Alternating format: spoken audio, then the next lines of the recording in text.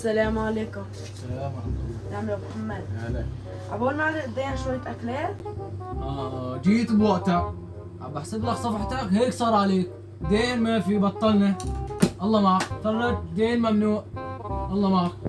من هون لبكره بدك توفي دينك والله معك. امرك.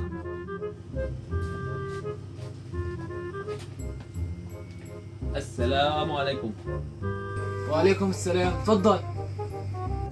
بحب اعرفك عن نفسي يوسف، رجل اعمال كتير مهم فوق ما تتصور. تضحكوش ليه؟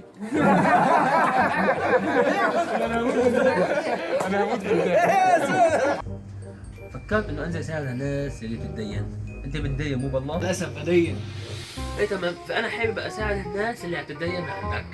شلون بدك تساعدهم؟ ساعدني شوي. انا بدي تجمع لي اشفي على الناس ديون ادفع لك اياها. وهي سيارتي خلاص بجيب لك منها مصاري بس لك اشفي على الناس ديون كل لوجه الله تعالى. لك يا عيني عليك، لك كتر الله خيرك.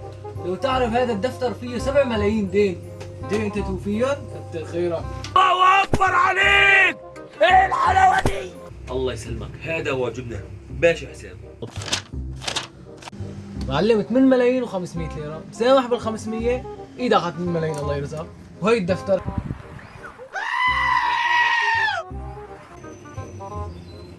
خلاص الثقة حقني السيارة. شعب يعمل معقول في عندك منا لا يخبر كل الحاجات. الله يجزيك خير، السلام عليكم. ذكي انت ذكي وزواق. جامع سرق الدفتر على اساس عنده سياره واخذ الموتور تبعي. لك محمد صرنا عم نحاول بالموتور. لك نشل دفتر الدين. آه!